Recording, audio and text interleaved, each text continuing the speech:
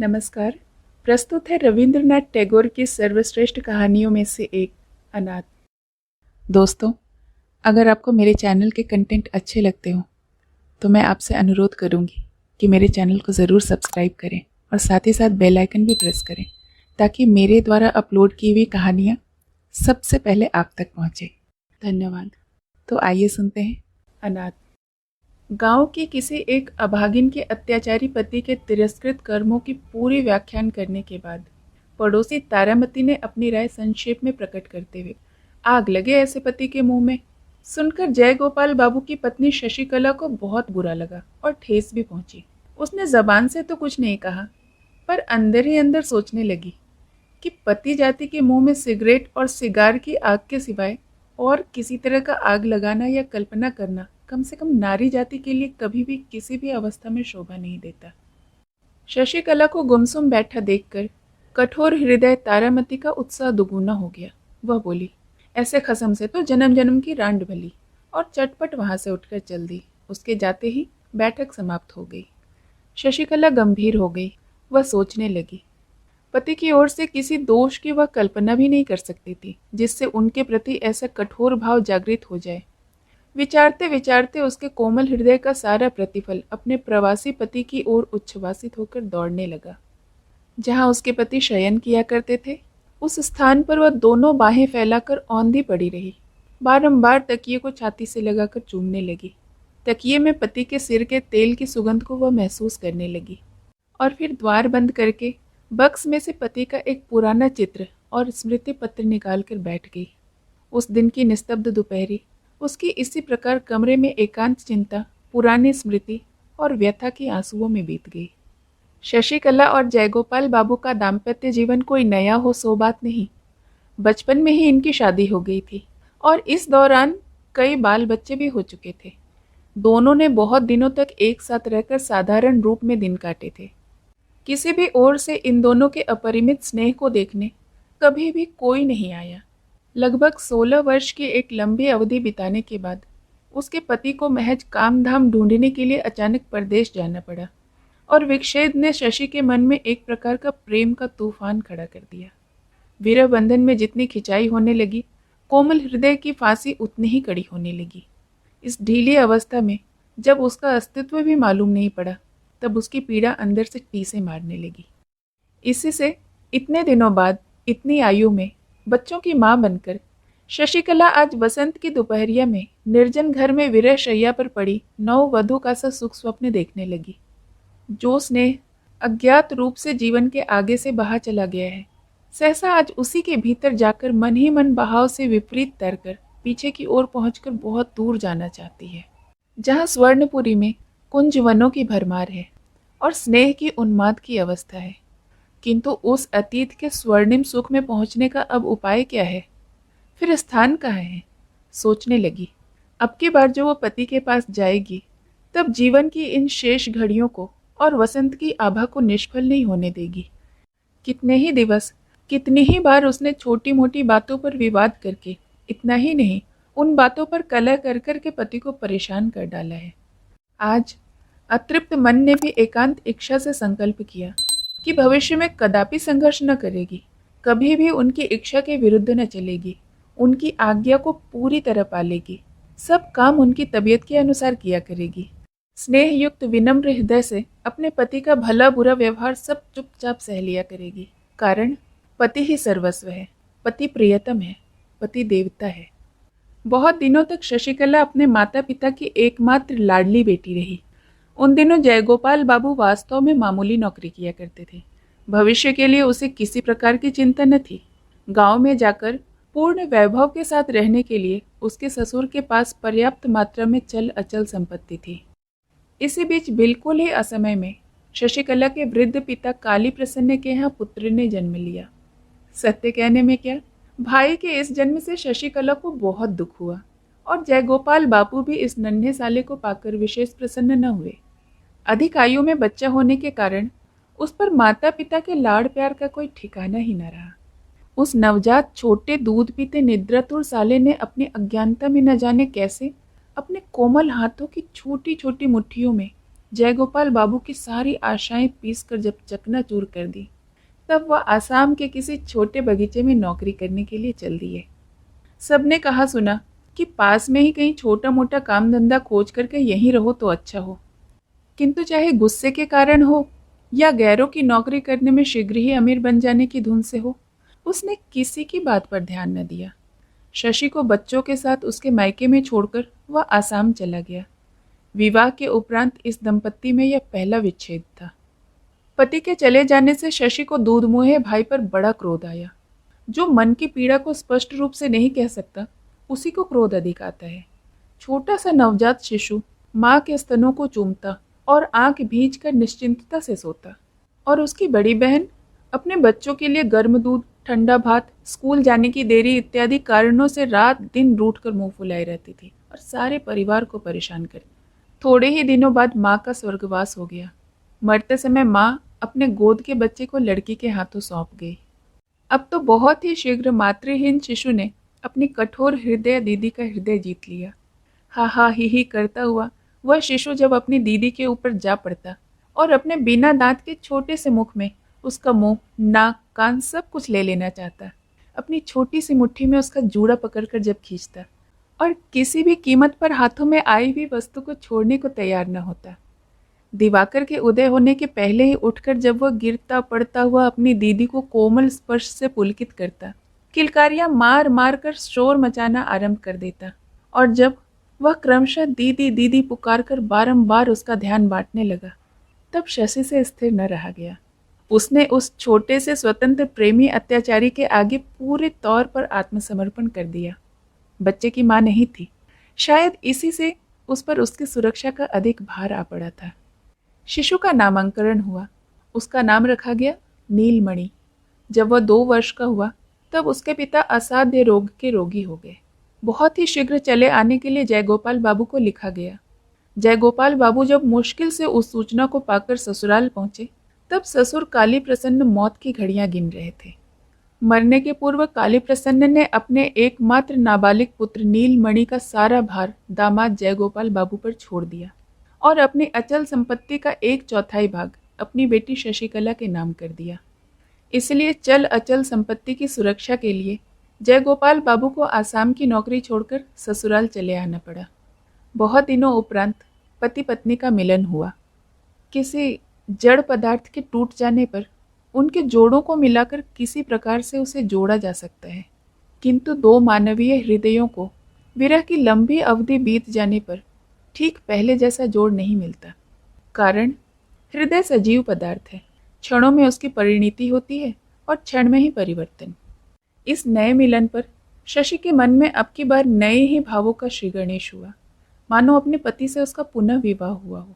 पहले दाम्पत्य की पुरानी आदतों के कारण जो एक जड़ता सी आ गई थी, विरह के आकर्षण से वह एकदम टूट गई और अपने पति को मानो उसने पहले की अपेक्षा कहीं अधिक पूर्णता के साथ पा लिया। मन ही मन उसने संकल्प किया कि चाहे कैसे ही दिन बीते, वह पति के प्रति उद्दीप्त स्नेह की उज्ज्वलता को तनिक भी म्लान न होने देगी। किंतु इस नए मिलन में जयगोपाल बाबू के मन की दशा कुछ और ही हो गई। इससे पूर्व जब दोनों अविच्छेद रूप से एक साथ रहा करते थे, तब पत्नी के साथ उनके पूरे स्वार्थ और विभिन्न कार्यों में एकता का संबंध था। जब वह उससे पृथक करके कुछ करना चाहते थे, तो दैनिक कार्य की राह में चलते चलते उनका पांव अकस्मात गहरे गर्त में पड़ जाता। उदाहरणतः कहा जा सकता है कि परदेश जाकर पहले पहल तो वह भारी मुसीबत के शिकार हो गए। वहां उन्हें ऐसा प्रतीत होने लगा मानो अकस्मात ही उन्हें किसी ने गहरे जल में धक्का दे दिया हो। लेकिन क्रमशः उनके उस विच्छेद में एक नए कार्य को थेकली लगा दी गई। केवल इतना ही नहीं, अपितु पहले जो उनके दिन व्यर्थ आलस्य में कट जाया करते थे, उधर 2 वर्ष से अपनी आर्थिक अवस्था सुधारने की कोशिश के रूप में उनके मन में एक प्रकार की जबरदस्त क्रांति का उदय हुआ था। उनके मन के सम्मुख मालदार बनने की एकनिष्ठ इच्छा के सिवाय और कोई चीज न थी।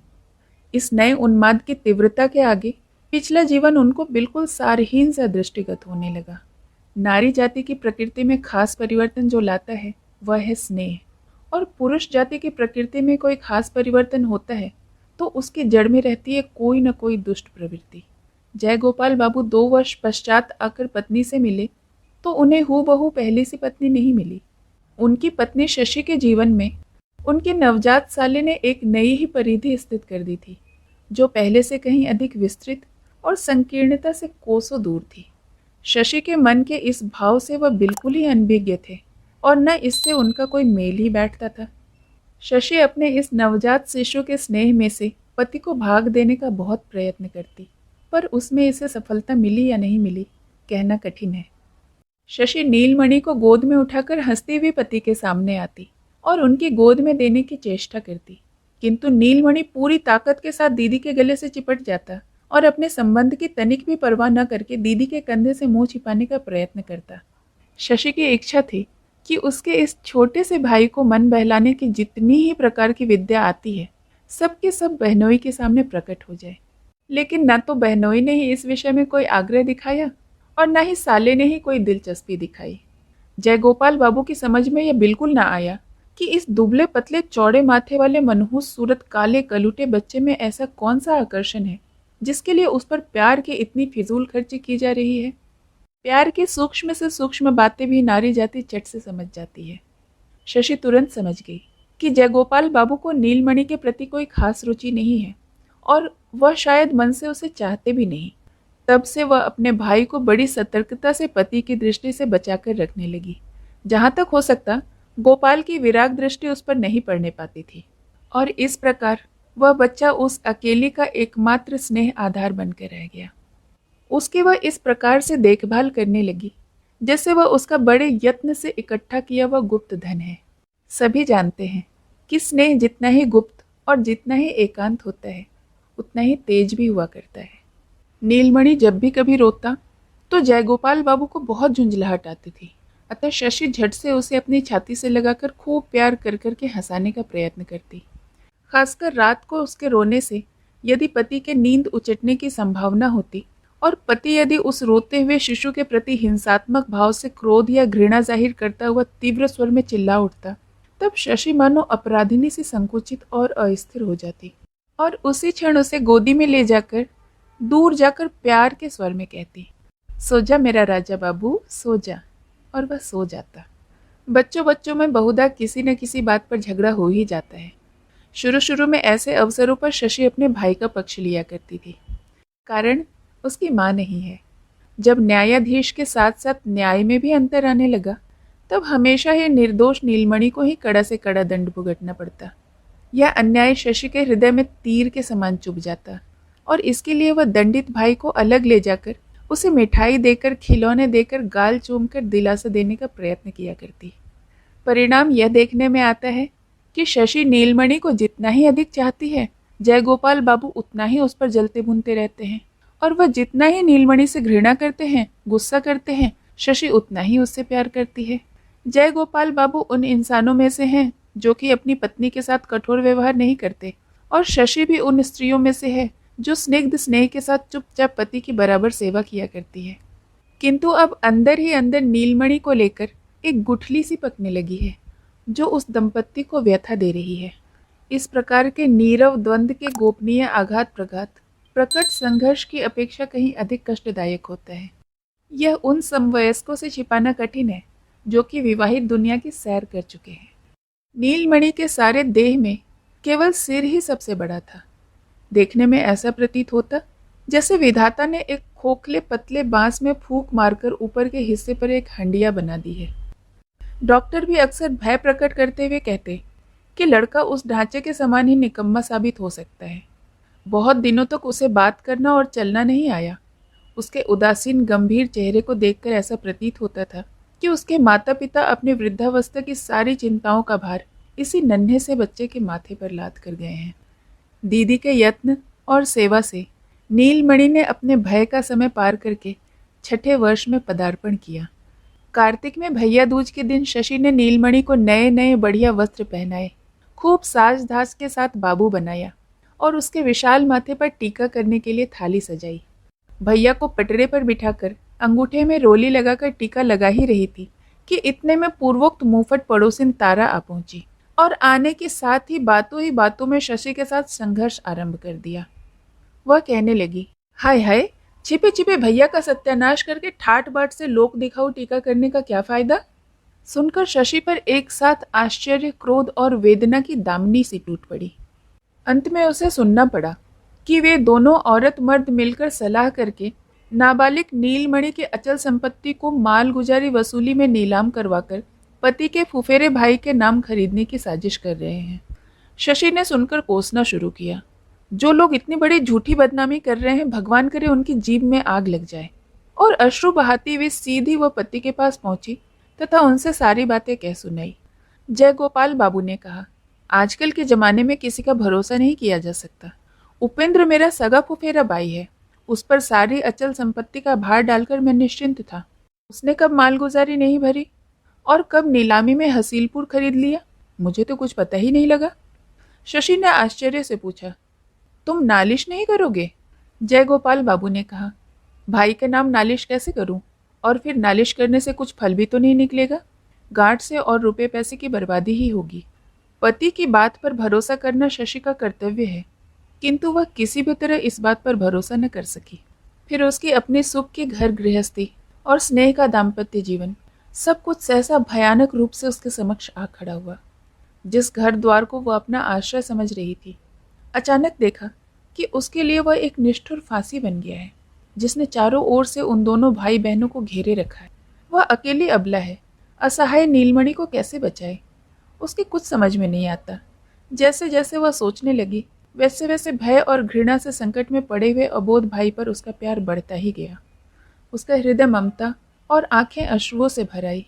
वह सोचने लगी, यदि उसे उपाय मालूम होता तो वो लाट साहब के दरबार में अपनी अर्जी दिलवाती, और वहां से भी अगर कुछ न होता तो महारानी विक्टोरिया के पास खत भेजकर अपने भाई की जायदाद अवश्य बचा लेती, और महारानी साहिबा नीलमणि की वार्षिक 758 रुपये लाभ की जायदाद हासिलपुर कभी नहीं बिकने देती। इस प्रकार शशि, जबकि सीधा महारानी विक्टोरिया के दरबार में न्याय करा के अपने फुफेरे देवर को ठीक कराने का उपाय सोच रही थी, तब सहसा नीलमणि को तीव्र ज्वर आ चढ़ा और ऐसा दौरा पड़ने लगा कि हाथ पांव तन गए और बारंबार बेहोशी बढ़ने लगी। जयगोपाल ने गांव के एक देशी काले डॉक्टर को बुलाया। शशि ने अच्छे डॉक्टर के लिए प्रार्थना की तो जयगोपाल बाबू ने उत्तर दिया, क्यों, मोतीलाल क्या बुरा डॉक्टर है? शशि जब उनके पांवों पर गिर गई, अपनी सौगंध खिलाकर भयभीत हिरनी की तरह निहारने लगी, तब जयगोपाल बाबू ने कहा, अच्छा, शहर से डॉक्टर बुलवाता हूँ, ठहरो। शशि नीलमणि को छाती से चिपकाए पड़ी रही। नीलमणि भी एक पल के लिए उसे आंखों से ओझल नहीं होने देता।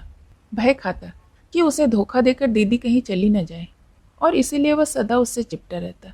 यहाँ तक कि सो जाने पर भी उसका पल्लू कदापि न छोड़ता। सारा दिन इसी प्रकार बीत गया। संध्या के बाद दिया बत्ती के समय जयगोपाल बाबू ने आकर कहा, शहर का डॉक्टर नहीं मिला, वह कहीं दूर मरीज देखने गया है। और इसके साथ यह भी कहा, मुकदमे के कारण मुझे अभी इसी समय बाहर जाना पड़ रहा है। मैंने मोतीलाल से कह दिया है कि दोनों वक्त आकर अच्छी प्रकार देखभाल किया करेंगे। रात को नीलमणि अंट संट बकने लगा। भोर होते ही शशि और कुछ भी न सोचकर खुद रोगी भाई को लेकर नाव में बैठकर कलकत्ता के लिए चल दी। कलकत्ता जाकर देखा कि डॉक्टर घर पर ही हैं, कहीं बाहर नहीं गए। भले घर की स्त्री समझकर झटपट डॉक्टर ने उसके रहने का प्रबंध किया और उसकी मदद के लिए एक अधेड़ विधवा को नियुक्त किया। नीलमणि का इलाज चलने लगा। दूसरे ही दिन जयगोपाल बाबू भी कलकत्ता आ धमके। मारे गुस्से के आग बबूला होकर उसने शशि को तत्काल ही घर लौटने का हुक्म दिया। शशि ने कहा, तुम मुझे यदि काट भी डालो तब भी अभी मैं अपने घर नहीं लौटने वाली। तुम सब मिलकर मेरे नीलमणि को मार डालना चाहते हो। उसका बाप नहीं है, माँ नहीं है, मेरे सिवा उसका है ही कौन? मैं उसे बचाऊंगी और जरूर बचाऊंगी। जयगोपाल बाबू भावावेश में आकर बोले, ठीक है, तो तुम यहीं रहो, अब मेरे घर कदापि ना आना। शशि ने उसी क्षण तपाक से कहा, तुम्हारा घर कहाँ से आया? घर तो मेरे भाई का है। जयगोपाल बाबू बोले, अच्छा, देखा जाएगा। कुछ दिनों तक इस घटना को लेकर मोहल्ले के लोगों में चुहलबाजियां चलती रहीं। अनेक वाद विवाद होते रहे। तभी पड़ोसिन तारा ने कहा, अरे, खसम के साथ लड़ना ही हो तो जितना लड़ना हो घर पर रहकर लड़ो।